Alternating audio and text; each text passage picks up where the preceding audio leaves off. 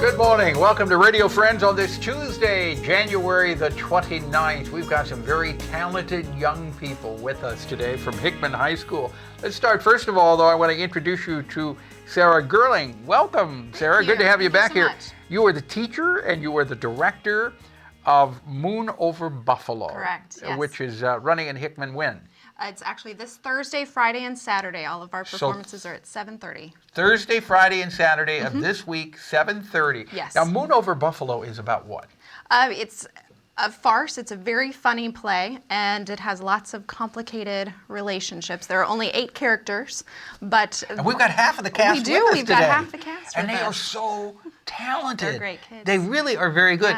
Yeah. And there's a lot of physical comedy in it, isn't it? There is. It's actually called, the kind of play is called a door farce. There are 5 doors on the set, and a big part of the comedy is constantly entering and exiting and where are they going to be next. Yeah. So lots of movement, lots of physicality. 8 students, 8 characters. Yes. Is it difficult?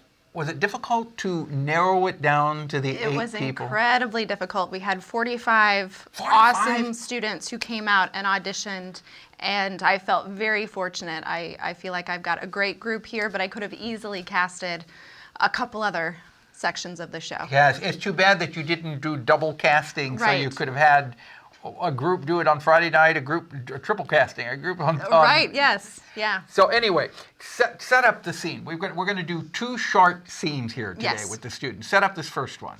We've got Rosalind and Howard. They are engaged to one another. Okay. Rosalind's parents, and we'll see them or hear them in a scene a bit later, they are actors, and currently they're performing in shows. Rosalind was an actress. She's left the theater and no longer wants a part of that, but her fiance Howard is enamored with this life. He's a television weatherman, and he desperately wants to be a part of this high life with her. Okay, so we have it for you right now. It's a scene from Moon Over Buffalo, and the real names of the 2 characters. We have Dylan Hosmer-Quint and Jackie Ofterheide. Okay, Dylan's a TV weatherman, right? A scene from Moon Over Buffalo. Take it, kid.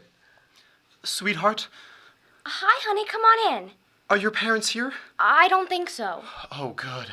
Howard. Well, I'm sorry. You know how I feel about this meeting the in-laws business. It makes me nervous. Howard, you'll do fine. It'd be all right if they weren't such big stars. The glamorous life. Howard, does this look glamorous to you? Well, yeah, it does.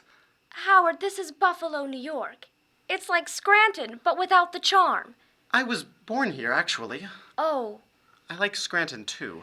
that's beside the point. Howard, I want you to be very, very nice to them. Just tell them how much you admire their work. Well, I do. I mean, my God, when I was a kid, they were on the cover of Life magazine. Shakespeare on Broadway. Look out, Barrymore's Here Comes the Haze. They had it reproduced on their china. Wow. And then they had 2 big flops, and they ended up in Hollywood. I know. I saw every movie they ever made. Good. Sergeant Yukon, Apache Woman. Wait, I forgot the bag. What bag? I have a surprise for your father. When I was in New York last week, I read about a big auction in the paper. They were selling off all the props and stuff from one of the studios. And, well, I bought one of your father's old costumes. That is so sweet. Which one did you get? General George S. Patton. I thought he'd like it. Aw.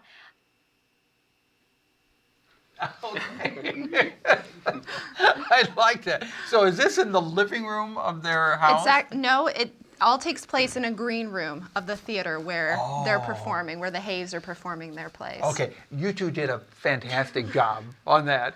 Break a leg on the production this coming Friday, Saturday, and Sunday. Thursday, Friday, Saturday, and Sunday. Now, we have the mom and the pop here, We right? do. And they're the stars. They're the stars. They are. Are they washed up a little bit? A little bit, yeah. They used to have this grand and glorious life performing on Broadway, and Charlotte in particular, her dreams were to go to Hollywood and become a big star.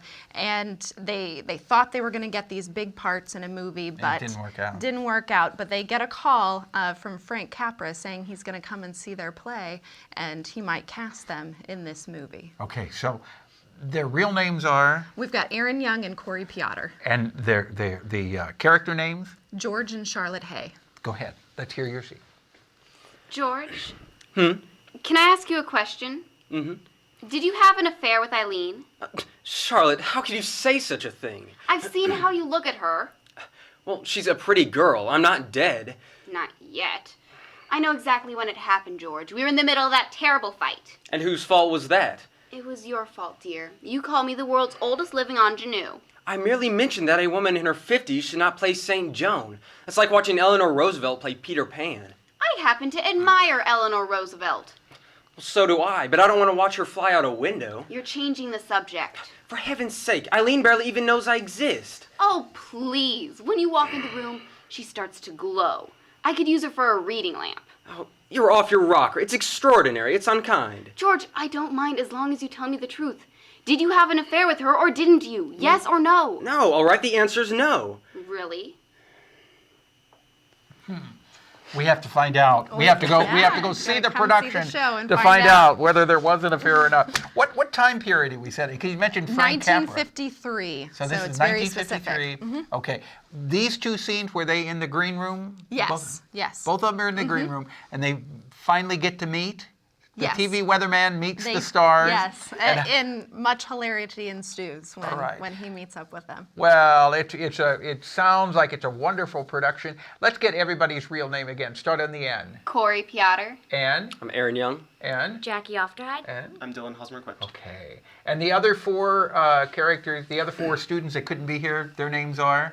We've got, oh gosh, we've got Sean McCumber. Thank you. I don't know why I'm blanking. Okay. Sean McCumber. We've got Berkeley Roloff, Megan Infield, and Zoe Parham. Okay, we wanted to mention their names since they weren't here with us today. Sarah, thank you so much for coming by. Kids, thank you. You did a great job. It's Thursday, Friday, Saturday. Can they Correct. buy tickets in advance or at the door? At the door. Okay, and $6 for adults and $4 for seniors and students. can they go online to find out more information or just show up? Just show up. We got it. The production is how long? The production will be about 2 hours. We'll have an intermission in there as well. Moon over Buffalo. We appreciate you coming by. Absolutely. And I break a leg, all of you. All right. We're out of time for today. Tomorrow we've got the Central Missouri Dietetic Association and MU Healthcare will be on. Our program directed by Travis McMillen of the Reynolds Journalism Institute. Audio is Pat Akers from KBIA. Our floor director is Elizabeth Hyden, and our assistant producer and guest coordinator, Uncle James Mauser. And if you'd like to see what these kids look like, just go to kbia.org, click on talk shows, and then Radio Friends, and you can watch it as a vodcast, download it, and you kids can watch yourselves as many times as you want. All right? See you tomorrow. Bye-bye.